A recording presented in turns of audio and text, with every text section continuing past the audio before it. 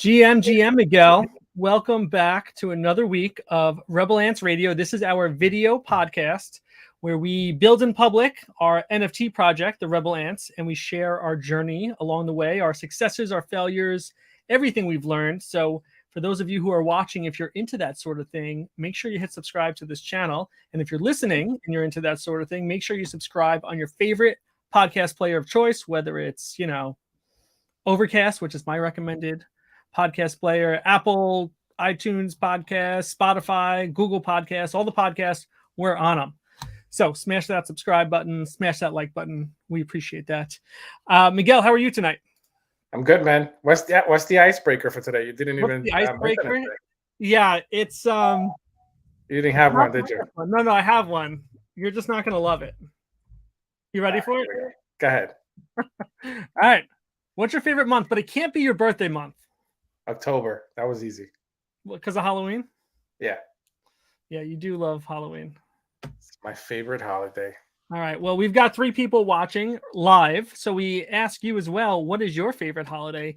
And to those of you who are watching live, if you think you can handle being on screen, I'm dropping a link in our chat here in the post, the YouTube chat, with a link to join our studio here. So you can join us live on camera. So we invite anyone who wants to chat, come on stage and let us know what your favorite month is and why. Who's brave enough to come and show their face on the NFT world? Not many. Yeah. We dare you and we invite you. My favorite month, other than September for my birthday month, I'm going to say October also. Oh, really? Yeah, I just like the fall. It starts to get into holiday season. And even though I'm not like a huge holiday guy, there's just, a special vibe that goes along with holiday season getting into it. Wait, did you just say you're not a huge holiday guy? You are. Yeah. No. You are. Confused. I enjoy the holidays. I do a lot of holiday things, because that's what families do. We do holiday things. But I like the start of the holiday season. I like the temperature of October as well. And I'm a fall guy. What can I tell you? If I can't choose September, I'm going to choose October. That's fair. That's my favorite month. And we'd love to hear from our fellow listeners, all 3 of you. What's your favorite month? Anyway, Miguel, you and I had an exciting beginning of the week following our YouTube count, our YouTube subscriber count, because I think we were at like 150. And then within 2 days, 3 days, it jumped up to 416, where it has held pretty steady, but we more than doubled our YouTube subscribers. So I'll bring up our analytics dashboard from YouTube. Yeah, let's talk about it. Let's talk about it. So you gotta be honest with me. Did you pay for a promotion to I did not pay for a promotion, no. So this is all natural, because look, you can see here we had like no subs. We had 2 subs on Nathan. Did we drop a video? Is there a video with a lot of views or no? No, there's not. We haven't posted one of the shorts in a while, which is where we got a lot of our jumps from, a lot of our bumps from. But we got 76 new subscribers on the 14th, and then we got 117 subscribers on the 17th. And those are pretty big numbers for us, because we usually get, somewhere between 0 and 1 to 4 a day. So that's really interesting. What do you think? What do you think's going on there? I don't know. We got to see if they start dropping. They start dropping probably bots or something. I mean, the algorithm probably picked something up. I'm pretty sure it did. Look at the video. Yeah. This video, the last one, was the time-lapse drawing that you made, which we'll talk about in a second. But then the last live episode we did, Rebel Ants number 27, that got 42 views pretty quickly, which is not typical for us. Usually it takes a few weeks to get there, if at all. So like you said, there must have been something that kind of triggered that. I know that you had talked about promoting a couple of other. What is that 1400? Yeah, so that's the one about Crespo. Check out 2 weeks ago, we interviewed Crespo Arts, and that was a great conversation. But this one was about how he uses creativity as a parenting tool, and this was one that we promoted, right? The top two. No, it was this one. It's a couple of old ones. It was maybe the AI. I don't remember, but either or, that promotion ended after the thing blew up. So right.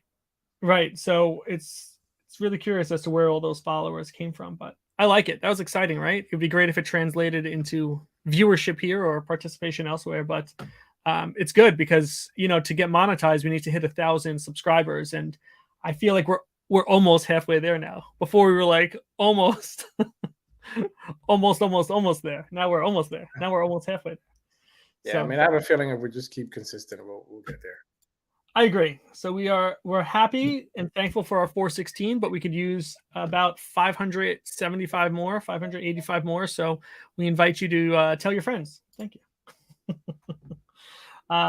We had also posted this video here, the time-lapse drawing in Procreate. So talk to me a little bit about what you were doing in the recording process and your editing experience. Yeah, so it was a shit show. So I was just testing it out to see how it works, but I think I'm going to continue to do it. So I went and I bought GoPro 11. I did some research on it. I have GoPros before, so I decided to get the 11 because, you know, it's newer. And then I just bought a little tripod. I set it up, and then I kind of started recording. But it was an hour and like 30 or an hour and 40 minutes long video of me drawing the Jeremy, because I kept going back and forth, what I wanted, what I didn't want, deleting stuff, putting it back, and pretty much just testing the camera angles and seeing how it looked. You know what I mean?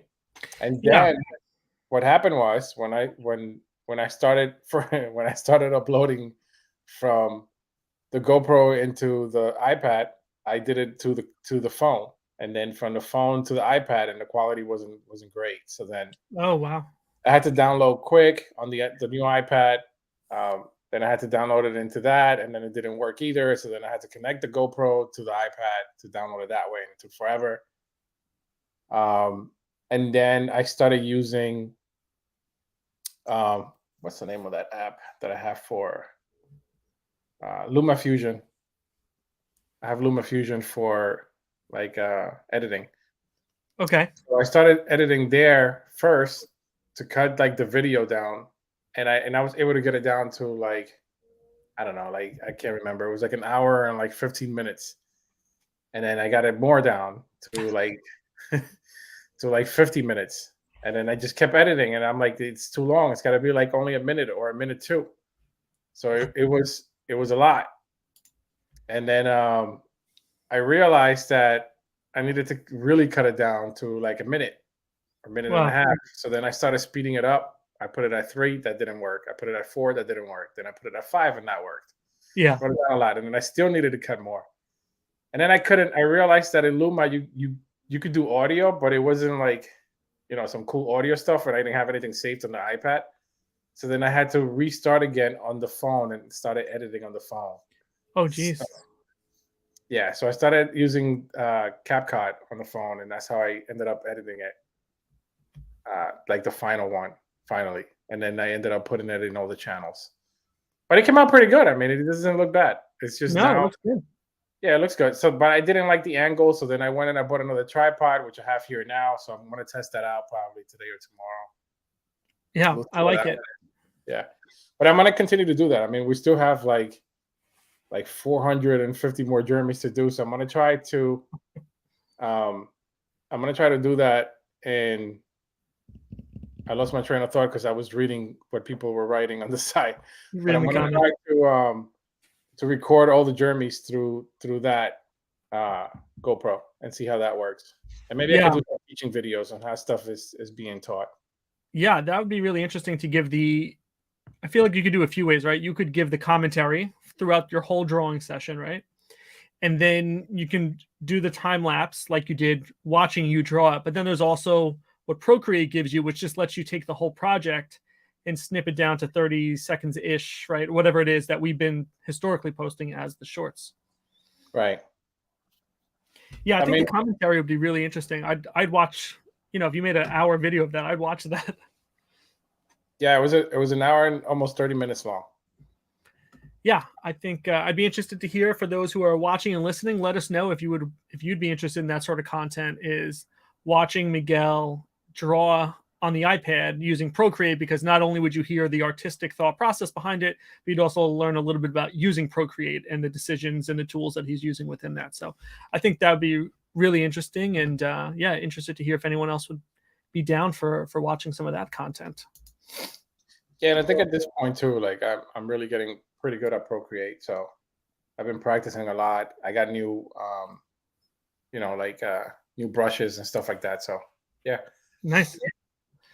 Yeah. All right. Well, just a reminder that we invite any of our viewers to dial in. Is that a thing? You call in, join the live stream. I'm dropping the link again in the comments since we have a few more people watching. So anyone is free to join us, talk about NFTs, talk about art, talk about whatever's on your mind, what your favorite month of the year is and why. And just a reminder that at some point tonight during the show, we are going to interrupt the conversation, drop a secret code, which is your proof of attendance to show that you are watching throughout the duration of the show. And you can then head over to rebelants.io/proof and earn yourself a free Rebel Ant that'll be airdropped to you. So that's our way of saying thank you for watching and being one of the first 3 to respond. So thank you for that. Yeah, it'll be interesting to see if anybody actually clicks the link and joins in and, talk about the art and stuff like that. I mean, I know. I think it's a good idea. Maybe this is something that we should do, every other week or so. Or when we're just doing our own updates. Yeah. Maybe we could put that up on YouTube once we figure out how to link the audio into a Twitter space. Yeah. That'll be interesting and cool to see. Oh God, we got someone. we got Ant Lover here. Ant Lover, what's going on? What's going on, man? Hey guys. What's up? Can you hear me? Yeah. Are you really an Ant Lover? No, I just wanted to tell you guys that nobody gives a shit about this NFT stuff anymore. I know, it's dead. Yeah, I figured that would happen. Yeah. That was funny. I wanted to ask him a question. I wanted to see I know what was his reason why he thought that nobody cared about NFTs. Yeah, I guess he saw on Twitter and wanted to join in. But at least he's an Ant Lover. That's a good thing, right? You could have left him on. It's fine. He dropped off. I didn't kick him off. Oh, he dropped off. Yeah. Universal says, why is he even watching then? Great question. Maybe he's bored. He just needs a little platform to share that NFTs are dead. But I don't know. We're going to talk about some news stories today that kind of show NFTs are not dead. There's a lot happening here. And Miguel, I got a few links. You got a few links. Is there any story you want to start with, or you want me to pick? Pick. We'll go through them. All right. Well, this wasn't the first one I had lined up, but thanks to Ant Lover, I might push this one to the front of the line here. So I'm going to bring up an article from decrypt.co called Pudgy Penguins Smash Amazon Debut, Sell Over 20,000 Toys. Sorry about that. So the Pudgy Penguins NFT project released their plushies on Amazon, and they killed it, right? So they're calling it the Phygital Toy Collection, brings in $500,000 in sales in 2 days. And wow. The CEO of Pudgy Penguins was very vocal about this process and kind of what went into it. And when you go to Amazon and you look at these things, I mean, you would not have any idea that they're related to NFTs necessarily. But it's awesome. It's so cool to see that people are just kind of buying into this ecosystem, this world. What do they call it? Pudgy world? So let's look at the article. With the launch of its new Phygital Toy Collection and experience at e-commerce giant Amazon, the popular NFT collection Pudgy Penguins saw explosive interest in sales. According to project CEO Luca Netz, Pudgy Penguins saw over 500,000 in purchases over the first 2 days, surpassing 20,000 individual toys sold across several Twitter spaces. Netz said the team's thesis is they want the Pudgy Penguins to win, but also push the space forward, adding their focus on bringing millions of users into the Web3 space.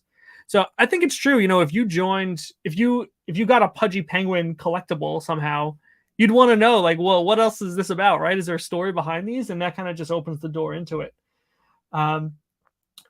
Let's see here. Alejandro Navia, co-founder and president of NFT content and analysis website NFT Now, posted that the toys dominated Amazon's sales chart for the last 48 hours, beating legacy brands like Disney, Transformers, Pokemon, Barbie, and Legos.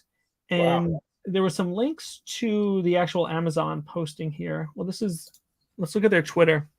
So much for people not caring about NFTs. I know, right?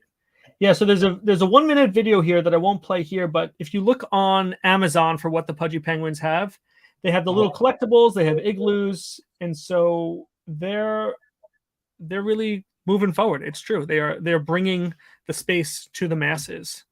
Yeah, is that a video that they actually did? Yeah, I think it's a 3D video. It looks really cool. It's like watching Toy Story, but with Pudgy Penguins. That is pretty cool. I mean, they did sign, or they did buy like some sort of animation company or something like that a while back. I don't know if you remember. It was in one of our podcasts where we talked about how they acquired that company or whatever it was in the animator. So I think that was a good move from their end. I mean, look at what they're doing now. So absolutely. And this video here has almost 1 million impressions, which is pretty cool. So I have to think that's going beyond the Web3 space, which is, just the same 30 guys circle jerking each other with sales and transfers of NFTs. Are you able to go into their OpenSea? I want to see what they're worth now. Sure. Let's see if it's on their website. I mean, Pudgy Penguins we've been following for a while now. I mean, they had that fallout at the beginning, remember, with the owners or the creators or whatever it was. And then they just came back strong. Like, they actually really did. I really like it. They got their shit together. They got a CEO who cares, and they're definitely moving forward. They built back their credibility. You remember what the issue was with their creator, or no? I don't remember the original issue. I can remember reading the story at like 3 a.m. one time, reading through some like discords of like what was going on, but I'm having trouble remembering right now what it was. I think there was some dialogue between the original owners, and he was having these private messages talking about either selling the project or whatever it was. And those chats got released and caused a lot of issues for the project. We can always go back in the past and maybe post on Twitter what our findings were for that. But right now the floor price is 5.8. Let's head over to OpenSea and see what that is like.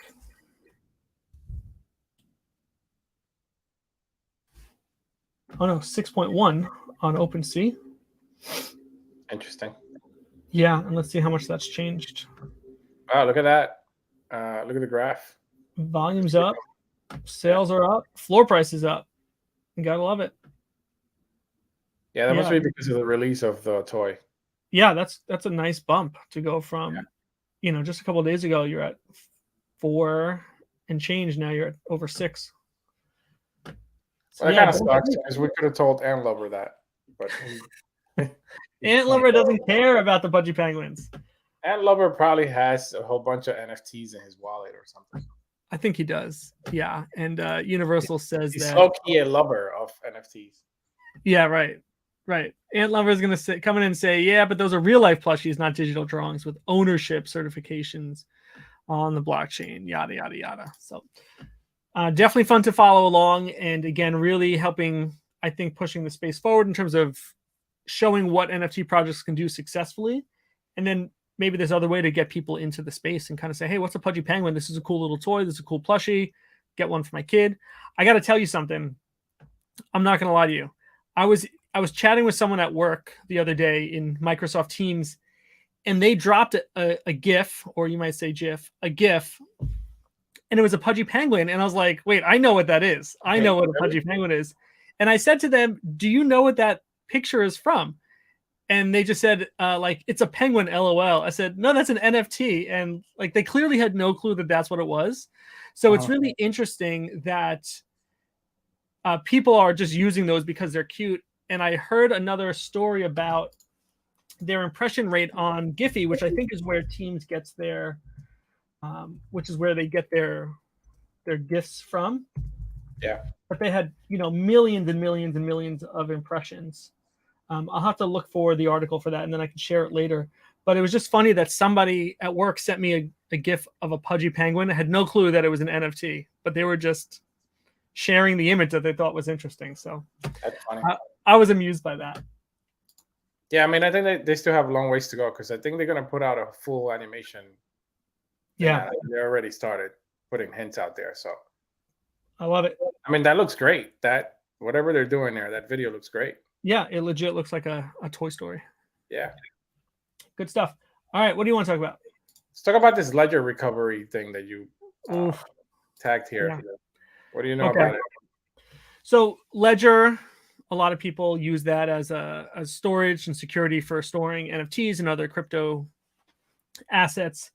They're probably the biggest player in that space, but they released a service that you can opt into called Ledger Recover, which allows you to have a way to recover your seed phrase if you were to lose it. Okay. And the way that this works is that they're working with 3 different companies that will each store a portion of your seed phrase. So 1/3 of your seed phrase. And if you needed to recover your seed phrase, which you could do 3 times a year, you would have to prove your identity, and then you would get the pieces of your seed phrase sent to you. So this caused some concern within the community of saying, like, you're accessing our seed phrase, right? Like, we're giving you our seed phrase, and there's lots of issues on both ends of it, right? There's issues on giving my seed phrase to someone, right? Now, maybe, how do we know that those companies aren't going to get hacked or compromised or whatever, and then utilize that information? And then there's the other way of, like, how easy is it to fake that I'm the person claiming to be someone else to recover the seed phrase? Because all you need to do is verify certain pieces of information.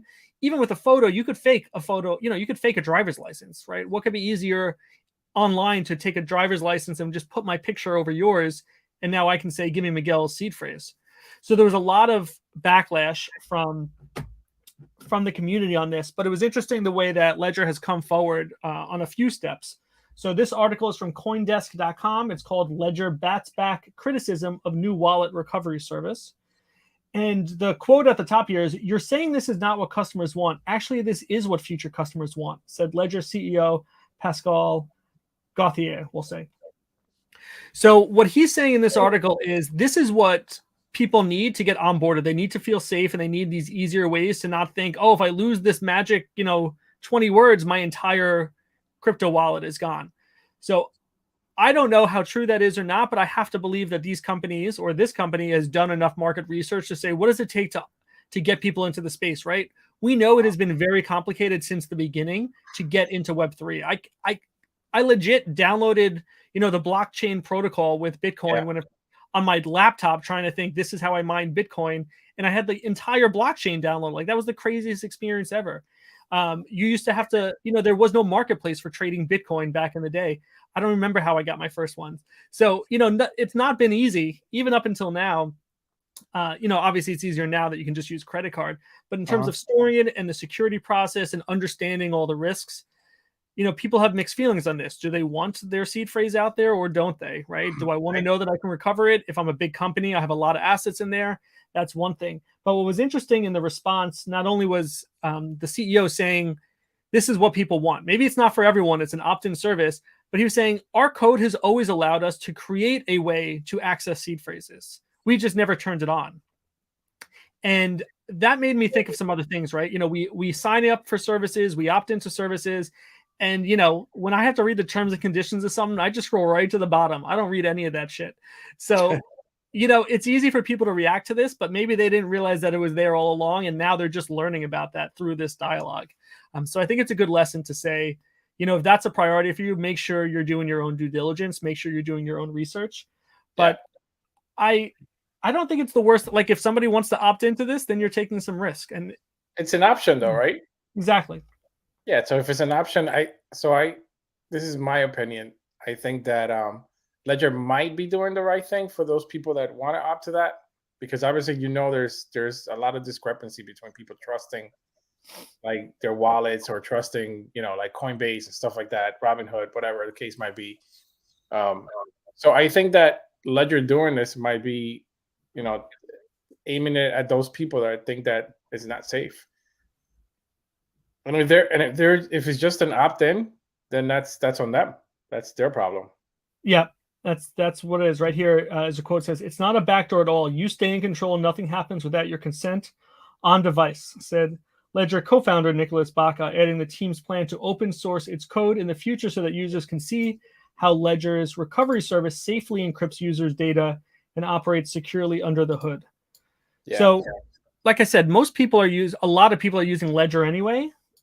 It's, I don't know, are people going to walk away now that they know that these options exist or that the company is working with these other third parties. I don't know, but I think it's gonna be buzz, and it's gonna be like the normal new thing that's out. That, oh my God, Ledger, blah, blah. You know what? I really wonder what our friend Plum thinks about this whole scenario. Maybe something that we should ask her. See what her opinion is on all this. That's a good question. We'll have to check in with her soon, especially in her new role that she has publicly shared with Coinbase, right? Yeah, I know that she was actually speaking about this on Twitter. She was tweeting about the whole Ledger thing, but I didn't get a chance to read the whole thing. Yeah, well, let's get her back on the show soon. I think enough time has passed to talk about some of the other trends in the space. Yeah, it'll be cool to see what her opinion is on this. I mean, I don't know. I think Ledger, if they're saying that there's a market for it, then there's a market for it. I'm sure they've done their research. Yeah. I've also heard some criticism that the product that they recently released, the Ledger Stacks, has been vastly delayed in getting shipped and getting in people's hands. So this is just like another thing that people are like, what's going on with this company? But we'll see. All right, what do you want to talk about next? I don't know. We'll see what happens with Ledger. I don't know. What's that Big Inc? Big Inc. This one's really interesting. This is my kind of people here. So let's talk about Goblintown's first, because Goblintown is by a company called Truth, and Goblintown's next project is called Big Inc, or the Truth next project is called Big Inc. So something that recently happened with Goblintown that we didn't touch on was that they transferred chains. They changed chains, and along doing that, they changed the metadata of all the images, which really pissed some people off to this middle finger. So this was a post from Truth Labs, which is at Truth. This is from April 11th. Starting today, metadata for all Goblintown, Secret Society 187, and Grumps has been refreshed. We are upgrading the contracts for all ERC 721s in the Truth ecosystem. So it's a giant middle finger, which kind of goes in line with the culture of Goblintown, which their website is Goblintown WPF, right? So it's definitely their vibe, but they now have a new project coming out, and it's called Big Inc. And Big Inc. We'll enter the site here. They're catering to people who have lost the most money in trades. They're talking about the biggest losers here. So feeling down on your luck, can't seem to catch a break in crypto. It sounds like a life changes in your future. Apply to Big Inc. right now and vastly improve every aspect of your life. This is their website. So what is the whole ordeal? So the ordeal is if you lock yourself in the boiler room, we will be able to find you. I'm trying to find where that description was. Big Inc. is looking for individuals who are sad, down bad, and have no choice in life but to accept the only offer available. This probably sounds like you. That's what we thought. Join Big Inc. and dedicate the rest of your life to the supply chain. At least your labor won't be put to waste. So, like I said, they're targeting people who have had the worst trade history, and they're looking for the worst traders based on your wallet's history. So you have to apply to be a part of this community, and they're going to look at your wallet and see who have been the worst traders. So I feel like I could be eligible here because I've had, zero success trading. But they make it look like a real company. How many rugs? Too many. And then they're using this thing called the down bad board. So you would say like, oh, I'm down bad on a project, right? But this is the down bad board. This is the tracker. So we're looking for the 1,000 worst traders to join the Big Inc. family. We believe that with a little extra support and encouragement, anyone can reach their full potential and make valuable contributions to society. So if you're feeling down bad by your lack of skills, let us help you make a positive impact. Takes wash trading very seriously. Scores will be manually reviewed throughout the application process to ensure wash trades and excessive transfers are excluded. So, the website really looks like a corporate website, with these people here, and we're conducting more interviews, apply today. And then they have this board of like, who are the worst traders. So this is just part of the Goblintown ecosystem. And I'm really interested in, I think it's a twist on what we've typically seen, and I want to follow along. Do you have a goblin? I don't. I wish I did. Let me show you also what they are saying on their Twitter, because tomorrow starts the snapshot. So it says, we can't wait to meet our new employees. We're on the Twitter page for @BigInc. Here's the acceptance letter mint info. So on 5/22 tomorrow, they're going to take the snapshot. On 5/23, the down bad board. The top 1,000 and all eligible truth holders can mint, and then a public mint on 5/24. So let's keep an eye on that. I'll be interested to see what the mint is like. With my luck, maybe it's a rug and nothing comes of it. We'll see what happens with that. I mean, it's interesting what they're doing. I don't know, that huge twist. I don't know if it's going to take off, but we'll see. Yeah, I don't know. I have to hope that they have enough community from some of their other projects that are now tied into this because of their eligibility that they'll play along. We'll see how it goes. Yeah. All right. Well, listen, before we hop into the next thing, let's drop today's secret code for proof of attendance to show that you were listening and watching. Drop the code double over at rebelants.io/proof. This is because we doubled our YouTube subscribers in the last week. So thank you again to everyone who has since followed the channel. And we encourage everyone who's already watching to share this video with your friends so we can keep growing. So the secret code is double. Head over to rebelants.io/proof. Drop the code double. Right. I got one more article here, Miguel, if you want me to run through this one. Run through all of them. It's fine. All right. So this one's called, this is an article on CoinDesk also. It's called Shark Tank, but make it crypto. CoinMarketCap launching competition TV show. It's going to be called Killer Whale. And I love the idea of this because I don't know. I'm always interested to hear what are people's pitches when it comes to the crypto or Web3 space, especially if you're trying to differentiate yourself or stand out. I would watch an endless string of people presenting to industry leaders. So Killer Whale will allow entrepreneurs to pitch ideas for new Web3 products and projects to a panel of judges. And so beginning May 2nd, interested parties can submit their applications on hello.one. But I don't think they've released anything yet about when the show will air. But it sounds like huh? And who are the judges? I don't know if it's said right here. Let's see. So Hello Labs, the new program, will allow entrepreneurs to pitch their projects to the Killer Whale judges made up of entrepreneurs, influencers, and founders of Web3 companies. It was founded by Paul Caslin, producer of the MTV VMA Awards. So I don't know if they've named the judges yet. I mean, that seems like a pretty cool idea. Yeah, because you know what's happening, right? People are out there doing these things, and I think it's just another way to draw people into the conversation about Web3. So I'm into it. I'd love to watch an episode. Maybe we could watch it live together and then, record our commentary, our feedback on it. Yeah, I mean, that'll be interesting to see. Let's see what happens with that. Let's keep watching this. When is it supposed to go live? Are they saying? It doesn't have a date, only that at the beginning of this month is when they were submitting their applications. I don't think there's a date. I don't think there's an actual date yet. I mean, that's cool. We'll see what happens. And who's behind this? MTV? It's called Hello Labs. So it's a Web3 entertainment company, Hello Labs, which is hello.one. And when you go to their website, Killer Whales, and you can apply, say hello to game-changing entertainment. Let's see, sink or swim crypto pitches. Let's click on more.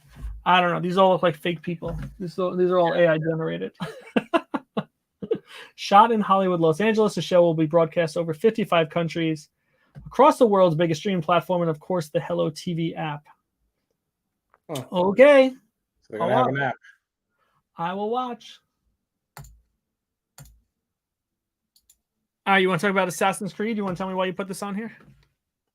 It just caught my attention. I think so as you can read there, Ubisoft is leading a player in video game industry, has joined forces with Integral Reality Labs to introduce a new concept. Assassin's Creed Smart Collectibles. These innovative assets are essential NFT access passes created on the Ethereum scaling network, Polygon. So I've been an Assassin's Creed fan for a very long time, since they came out with their first game. And I just think it's a cool idea for them to get into the NFT world. Yeah. The only thing I don't like is that they're doing it through Polygon. So I'm not sure why they picked Polygon, but we'll see, what that looks like at the end of the day.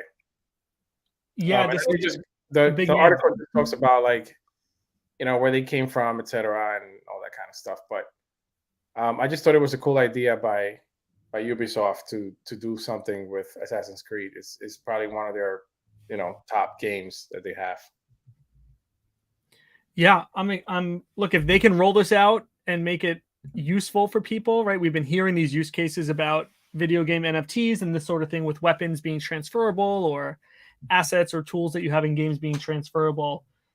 That'd be cool. So Assassin's Creed, like you said, huge game. There's a movie series behind it, right? So this would be a really cool place to start showcasing some of those functions and utilities. Yeah, I just think that gaming and NFTs are really going to be intertwined together. I mean, it was a big thing at NFT NYC too. So yeah, and even in this article, they're calling them smart collectibles, which in the context of this article, we know that it's NFTs and that's what they're referenced as, but maybe smart collectibles is how they're going to pitch it to the masses without calling it NFTs or, Web3, whatever. Yeah. Cool. All right. And we have an article here from NFT Now called What Porsche's Web3 Debut Means for the Future of Luxury. So Porsche's been in it for a little bit, right? Read this article because I think that, remember when we talked about in one of our podcasts about how luxury brands are like branching into NFTs or digital collectibles and stuff like that. But I feel like Porche has really emphasized on it and it's taking their sweet time on what it is that they're doing before they release it. Not like Taco Bell or McDonald's or any other franchises that we've talked about in the past that were so horrible. Yeah, now this is from January 18th. I'm curious as to what the timing of that was versus when they did launch the NFT. Yeah. Well, they just updated this article. Oh, interesting. Okay. So let's see. Porsche, one of the most iconic brands in the luxury auto space, is making its move into Web3. In November, they unveiled a 7,500-piece NFT collection based on the classic Porsche 911. Goes on to say that this NFT collection is only the beginning of Porsche's Web3 plans. At NFT Now, Monacommons the Gateway during Miami Art Week, Porsche's Dennis Keskin and Lars Kramer took the stage along with Patrick Vogel to discuss what's next for the company's Web3 efforts. Down the line, Porsche states that holders will be granted exclusive access to physical and virtual merchandise, along with entrance into Porsche community events. Further down the road, Porsche has also expressed interest in bringing purchasing experience of its luxury vehicles into Web3, along with further securing its supply chain through the blockchain technology. So, yeah, I mean, imagine designing a car and then just buying it. You design it digitally and then you get it. You'll have like a one-of-one Porsche in real life. Yeah, I mean, it definitely is like something to really follow along and look at, because I think that Porsche is really doing it right, not like the rest of those people out there, those luxury brands. Yeah, I'm still baffled, like when we talked about all these luxury brands, like how they did not pay attention to like what they were doing, especially like people like McDonald's and Taco Bell and Budweiser and all those brands. Yeah, you got to think. Okay, of all the big brands, who's still active or who's active even like right now, right? We know Nike is very active right now, with minting for some things on .swoosh, Nike.swoosh. Adidas. Right, so you've got some clothing and apparel, and then you've got these entertainment companies, and these gaming companies, which I guess falls under that. So, yeah, the luxury, certainly some of the fashion stuff we looked at, but I don't know. I think the clothing and the accessories and the apparel there is probably going to be the leader here, along with the entertainment. I don't know. I think that the sports industry is probably going to be big too when it comes to digital artwork or when it comes to digital stuff. Period. Yeah. That's true, because the NBA Top Shots was one of like the first NFTs that kind of blew up in terms of collectible trading that was digital. So I think you're right. And Top Shots, and there's been a lot of new digital collectible cards that have kind of grown, and more leagues being added, right? You have MLB, you have the English Premier League for soccer. So yeah, interesting to see how they can get people in, especially, going in from the angle of like fantasy football, right? You have these assets. What can we do? I think that's probably it. We should do a whole show on the digital cards, because I think there's a lot there to talk about, from the trading and the betting and the moments that Top Shot has, those Top Shot moments for some of the all-stars of the sports.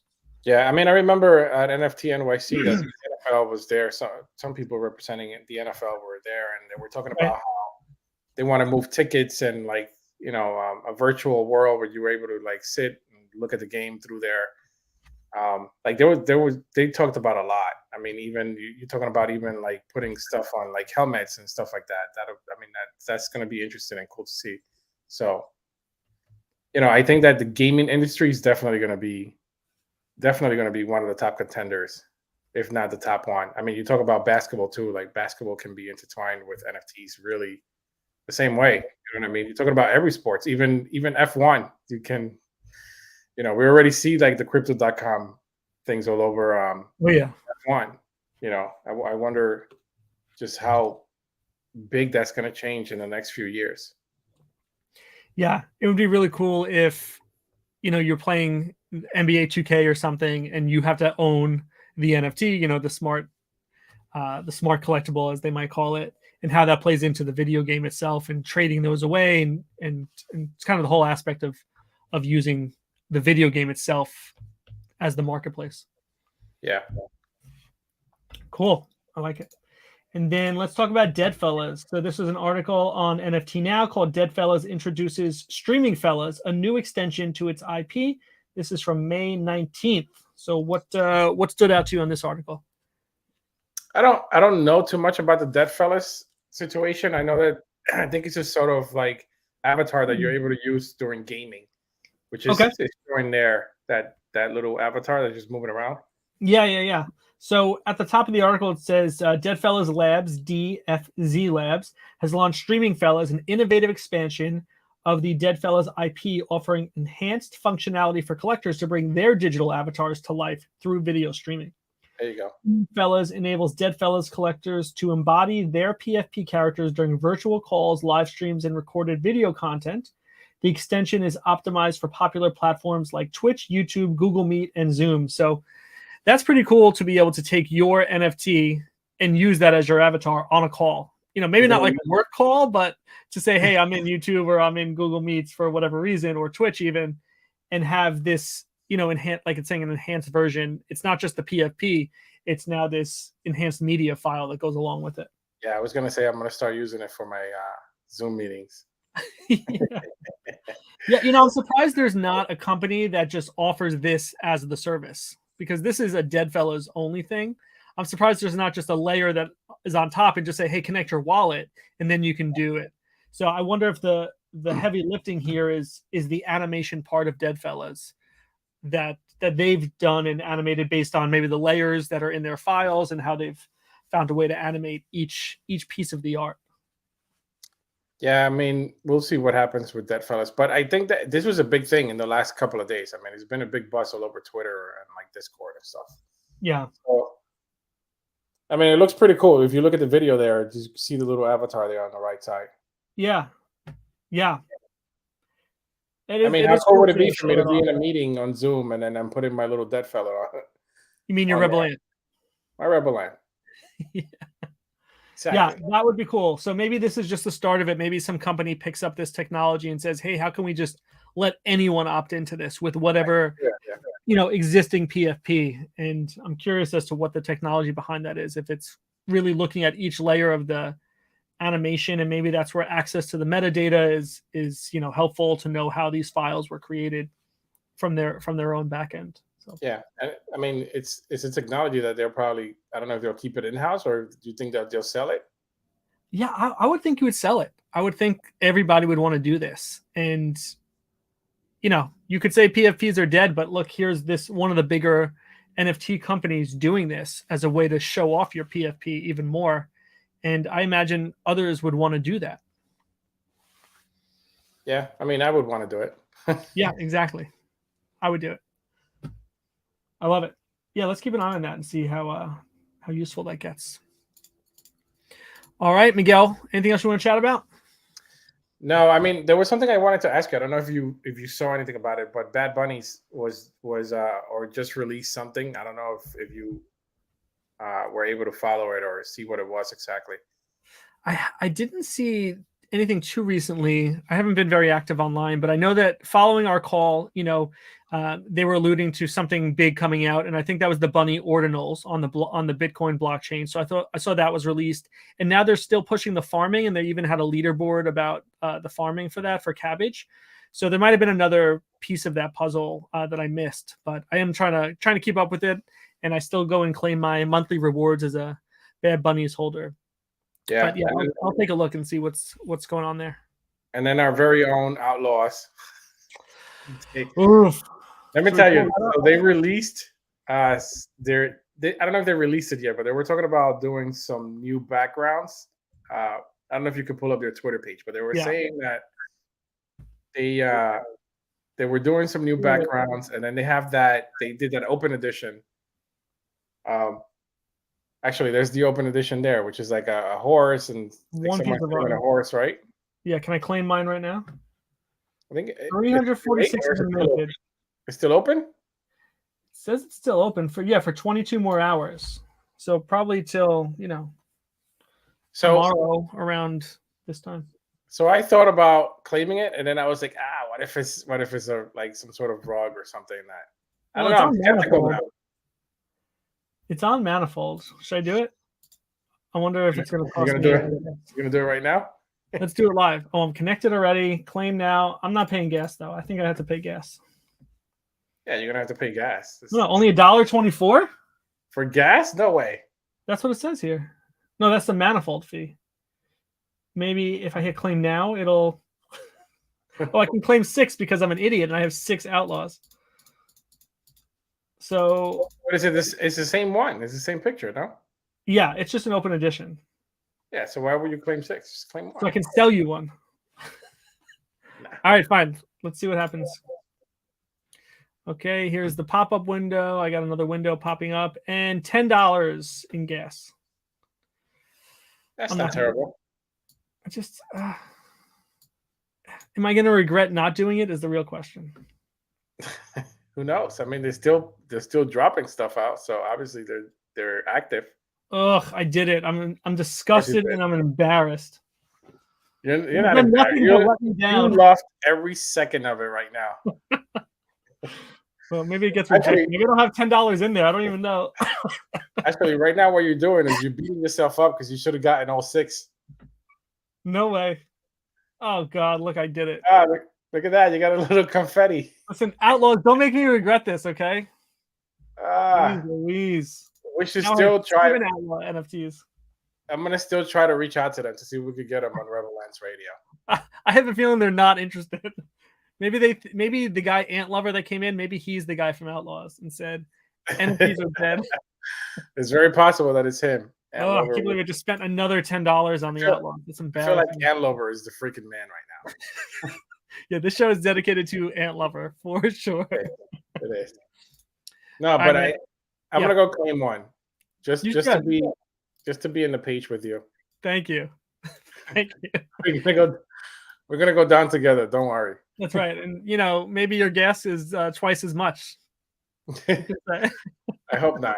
I hope it's less than yours. I know. It probably half. My luck. I can't wait till Big Inc gets to look at my wallet and says, "Why does he keep buying Outlaw stuff? He clearly needs help. He's clearly a degen trader." Definitely needs a lot of help with all your rug pulls. Yeah. All right. Well, I think that does it for episode 28 of Rebel Ants Radio. We had one person opt to call in to the show, which we appreciate the entertainment, but we'd actually love to talk to people who are into NFTs and digital art and want to chat with us. So we will keep the lines open the next time we go live with just Miguel and I without any guests. But in the meantime, head over to rebelants.io and you can mint your own Rebel Ant for 0.01 ETH, which is about $18 right now, give or take some gas. And follow us along on Twitter at Rebel Ants. And you can head over to rebelants.io/shop and pick up some merch. And then within the next probably 2 weeks, I'd say by June 1st, we'll have the other store up. Once we work out some shipping statuses and return policies and some of the nitty gritty, but all the work is there. So I'm excited to get it live. I'm excited too. Yeah. That's it. All right, Miguel, have a great night. I'll talk to you probably tomorrow, if not later tonight. Have a good night. Have a good night, everybody. Bye. Bye.